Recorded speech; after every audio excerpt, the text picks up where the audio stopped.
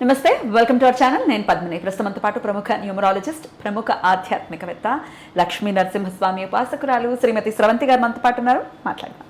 నమస్తే అక్క. నమస్తే పద్మిని.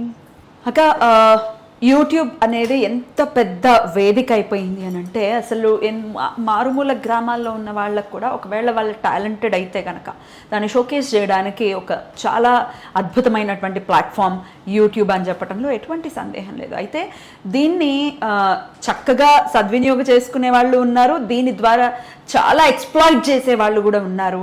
కొంతమంది గురించి విని నిజంగా చాలా అవాక్కైన సందర్భాలు ఉంటాయి. నందూస్ వరల్డ్, నందు యూట్యూబరు, చాలా బాగుంటాయి, మంచి మంచి వ్లాగ్స్ అవి చేస్తుంటారు, చాలా ఎంటర్టైన్ చేస్తూ ఉంటారు. ఇప్పుడు తనకి సంబంధించిన ఒక న్యూస్ చాలా వైరల్ అవుతోంది. తను కోట్లు స్కామ్ చేశారు అని చెప్పి.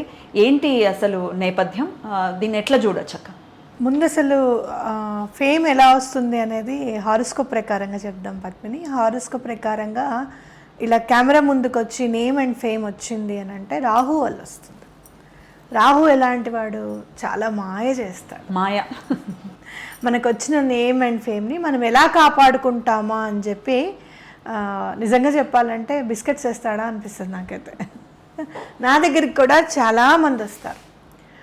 అంటే ఒక్కొక్కసారి అతిశయోక్తిగా ఉంటుందేమో చెప్పడానికి, ఏమండి నిధి ఉంది, మీరేమన్నా కొంచెం ఏమన్నా ట్రై చేస్తారా తీయడానికి, బోలెడు లంకబిందులు ఉన్నాయి ఆ ప్లేస్లో అని వచ్చిన వాళ్ళు ఎంతోమంది ఉన్నారు. కానీ నేను ఆ జోలికి వెళ్ళాను. ఏమంటే నాకు తెలియదు అసలు దాని గురించి, నేను అసలు ఎప్పుడు కూడా పట్టించుకోలేదు అని చెప్తే, నేను నమ్మను అని చెప్తే ఒక ఆయన అయితే నా దగ్గరికి ఇంత కుండ తీసుకుని వచ్చాడు, బ్రాస్తే ఫేస్ ఉండి అంతే, మొత్తం వీడియో అంతా చూపించారు నాకు దానికి సంబంధించిందంతా. అయినా కూడా నేను దాని వైపు వెళ్ళలేదు, అట్రాక్ట్ అవ్వలేదు. అంటే మనకి పూర్తిగా అవగాహన లేని విషయాన్ని మనం ఎప్పుడు కూడా అస్సలు మాట్లాడకూడదు, తెలియని విషయం టచ్ చేయకూడదు. రాహు ఎక్కడ జాగ్రత్తగా ఉంటాడు అని అంటే సాటర్న్ దగ్గర జాగ్రత్త ఉంటాడు అనిపిస్తుంది నాకు ఒక్కొక్కసారి. అంటే చాలా మంచి పేరు వచ్చింది డాక్టర్గా అంటే ఖచ్చితంగా సాటర్న్ ఇన్వాల్వ్మెంట్ ఉండాలి అని. ఏమంటే నాకు చాలా తలనొప్పిగా ఉంది అని అంటే, ఆ మందు పేరు తెలిసి కూడా మీరు నర్వ్స్ డాక్టర్ని, ఇంకా న్యూరాలజిస్ట్ని కలవాలండి, నేను జనరల్ మెడిసిన్ ఇంతకంటే వేరే మెడిసిన్ ఏమి ఇవ్వలేను, మొన్న మీకు అది తగ్గలేదు అని అంటే మీరు ఇంకా ఆ డాక్టర్ దగ్గరికి వెళ్ళాలి అని చెప్తారు. అంటే ఏ కార్డియాలజిస్ట్ అంటే ఏ విభాగానికి సంబంధించింది వాళ్ళే చూస్తారు, మా జోలికి మిగతా దానికి వాళ్ళు వెళ్ళరు ఎంత చదువుకున్నా సరే. అంత గట్టిగా ప్రతి ఒక్కళ్ళు కూడా నేమ్ అండ్ ఫేమ్ వచ్చిన వాళ్ళందరూ కూడా అంతే జాగ్రత్తగా ఉండాలి అని ఖచ్చితంగా చెప్పుకోవచ్చు. ఈ పేరు పాడవడము అనేది మనం మోనాలిసా చూడొచ్చు. అమ్మాయిది అసలు, అమ్మాయిని అసలు ఎక్కడి నుంచి ఎక్కడికి తీసుకుని వెళ్ళాడు గ్రాఫ్, అసలు మళ్ళీ ఎక్కడుంది అక్కడ ఆ ప్లేస్ నుంచి కంటే మళ్ళీ కిందకు వచ్చేసింది. అంటే నిర్ణయం తీసుకోవడంలో ఎలాంటి జాగ్రత్త తీసుకుంటాము అనే దాని మీద చాలా వెరైటీగా ఉంటుంది అతని రాహుల్ డీలింగ్. అవునక్క. అలాంటప్పుడు ఇప్పుడు చూస్తే కనుక, ఇక్కడ కూడా చూస్తే కనుక ఇవిడికి చాలా మంచి పేరు చెప్తూ ఉంటే నాకు కళ్ళమ్మ నీళ్ళు వచ్చాయి. ఏమని ఆవిడ ఇంటర్వ్యూలో చేశారనమాట, మేము ఒక పూట తిని ఒక పూట తినకుండా భార్యాభర్తలు ఇద్దరం కూడా మేము యూకేలో కష్టపడ్డాము అని చెప్తే, తినకుండా ఒక పూట తిని ఒక పూట తినకుండా ఉండడం చాలా కష్టం. జనరల్గా ఏం చేస్తాము, దేనికైనా కడుపు కోసమే కదా అని చెప్పి అప్పు చేసుకొని తింటారు జనరల్గా ఎవరమైనా కూడా. అంత జాగ్రత్తగా ఉన్నవాళ్ళు మరి ఇంత దాకా ఇంత పేరు ప్రఖ్యాతలు వచ్చిన తర్వాత ఎందుకు ఇంత మారిపోయారా, లేకపోతే అలాంటి పరిస్థితులు ఏమొచ్చాయా అనే దాని మీద మనం ఆలోచించాలి. ఒకటి మనం చేస్తున్నప్పుడు రెండో ఆప్షన్ మనకి ఏదన్నా ఉంది అంటే దాని జోలికి వెళ్ళకుండా ఉండడం అనేది చాలా ఇంపార్టెంట్. ఇక్కడ చూసుకుంటే కనుక ఫ్యామిలీ మొత్తం ఇన్వాల్వ్డ్ స్కామ్ కాదు, యూట్యూబ్ లో వాళ్ళని చేసే ప్రోగ్రామ్స్ అన్నిటి వ్లాగ్స్ లో అన్నిటిలో కూడా అందరూ చక్కగా నలుగురు కలిసి ఎంటర్టైన్ చేస్తారు. ఇంకా ఈ అంటే సంపాదన దగ్గరికి వచ్చేటప్పటికి ఇది చాలు అనే అవగాహన ఉండాలి అని నేను అనుకుంటాను. ఇంతకంటే ఎక్కువగా సంపాదించి ఏం చేస్తాం మనము అనేది మనకు ఆలోచన ఉండాలి ఎప్పుడు కూడాను. అలా ఇంకా ఎక్కువగా సంపాదిద్దామనో, లేకపోతే అంతకుముందు ఆల్రెడీ మనకు ఉంది మనకి ఇప్పుడు పేరు వచ్చింది కదా అని చెప్పి ఈ పేరును ఉపయోగించుకొని రెండో దానికి వెళ్ళడం కూడా చాలా తప్పు అని నేను ఖచ్చితంగా పోనీ ఆ రెండో దాంట్లో ధర్మం ఉండాలి కదా. ధర్మము అంటే ఇప్పుడు బిజినెస్ అనేసరికి everything is fair in business and love and war కాదా బిజినెస్ లో? Everything is fair in business అని అనుకోవడం అనేది జరుగుతుంటుంది. కానీ ఎథిక్స్ అనేది చాలా ఇంపార్టెంట్. ఇంత చెడ్డ పేరు వచ్చింది అని అంటే ఎక్కడో మనము కావాలని కాకపోయినా అనుకోకుండా ఎథిక్స్ని మనం దాటాము అనేది మనం గుర్తుంచుకోవాలి. ఎందుకంటే నేను ఇన్స్టాలో చూస్తూ నిన్న ఆశ్చర్యం అనిపించాను. అంటే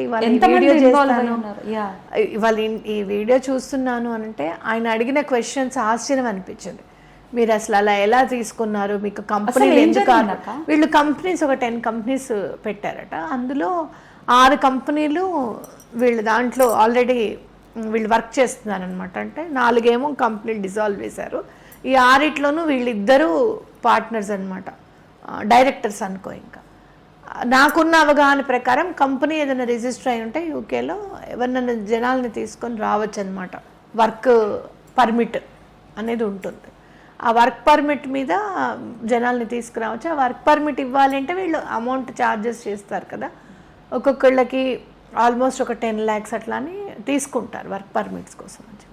అలా తీసుకొని ఉండొచ్చు, ఆ వర్క్ పర్మిట్స్ రాకపోయి ఉండొచ్చు. ఆయన మాట్లాడేది ఏంటంటే సుమారు 100 మంది ఉన్నారు అని అంటున్నారు.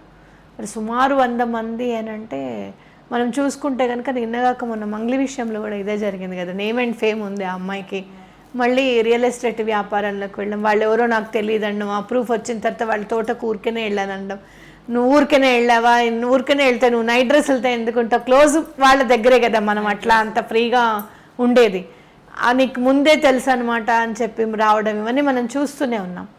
ఇక్కడ మనం వ్యక్తిగా ఎవరి మీద మనకి కోపం లేదు. కానీ నేను గట్టిగా ఏం చెప్తాను అంటే నీకు ఒక పేరు వచ్చినప్పుడు నువ్వు చాలా ఒళ్ళు దగ్గర పెట్టుకొని ఉండాలి అనేది ఖచ్చితంగా చెప్తాను. మన పేరుని పాడు చేయడానికో లేకపోతే కనుక ఇంకొంచెం ముందుకు వెళ్తే ఇంకొంచెం ఎక్కువ సంపాదించుకుంటాం కదా ఇంకా కొంచెం అన్న ఆలోచన అనేది ఉండకూడదు. అలా ఒకవేళ ఏమైనా చేసినా కూడా చాలా జాగ్రత్తగా చెయ్యాలి అనేది మనం గుర్తుపెట్టుకోవాలన్నమాట. ఓకే.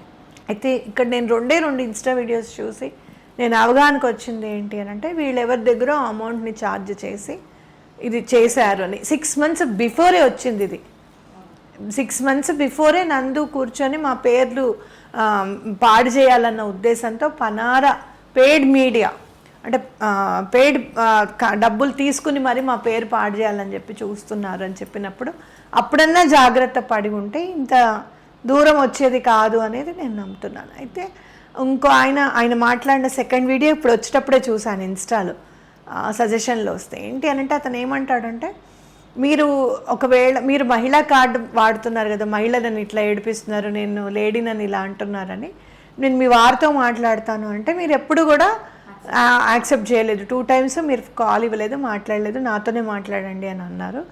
మరి ఆయనకి ఇవ్వనప్పుడు నేను మీతోనే మాట్లాడుతున్నప్పుడు ఇప్పుడు మీరు మహిళ అనే కార్డుని మీరు ఎట్లా యూజ్ చేసుకుంటున్నారు? మీకు డబ్బులు ఇచ్చిన వాళ్ళలో 2 మహిళలు కూడా ఉన్నారు. మరి ఒక అమ్మాయి అయితే సూసైడ్ అటెంప్ట్ కూడా చేసింది. మరి ఆ అమ్మాయికి మీరేం సమాధానం చెప్తారు అని కూడా అంటున్నారు అనమాట.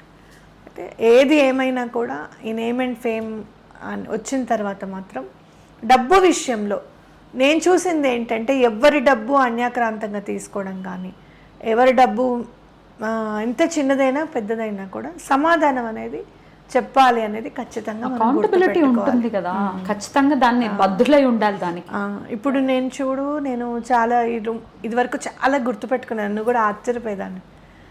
అంటే ఎలా గుర్తుంటుందక్క మీకు అని చెప్పి. కానీ ఇప్పుడు కొన్ని ఒక్కొక్కసారి వర్క్ లోడ్ ఎక్కువయ్యో లేకపోతే ఈ మెంటల్ టెన్షన్స్ వల్ల నేను మర్చిపోతుంటే మధ్య డైరీ పెట్టాను, మైత్రి నువ్వు రాయమ్మా కాస్త, బలానా వాళ్ళు ఈ పూజకి ఎన్రోల్ అయ్యారనో లేదు అంటే కనుక వీళ్ళు ఈ పని కోసం వచ్చారు మన దగ్గరికి అని చెప్పో కొంచెం రాయమ్మా అని చెప్పి చెప్పడం జరిగిందనమాట. అట్లా మనం కొంచెం మనం ఏం చేస్తున్నామో మిస్టేక్ అనేది మన బుర్ర చెప్తుంది పద్మిని. అది మనం మర్చిపోతున్నాము అని అనుకున్నప్పుడు దాన్ని మనము వెంటనే రెక్టిఫై చేసుకోవడంలోనే మన పేరు కాపాడబడుతుంది అనేది ఖచ్చితంగా చెప్పుకోవచ్చు.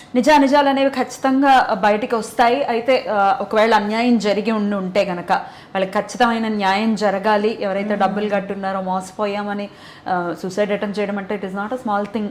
సో డెఫినెట్గా వాళ్ళ డబ్బులు వాళ్ళకి అందాలని ఈ సందర్భంగా కోరుకుంటూ రైట్ అక్క, థ్యాంక్ యూ. నమస్తే. నమస్తే.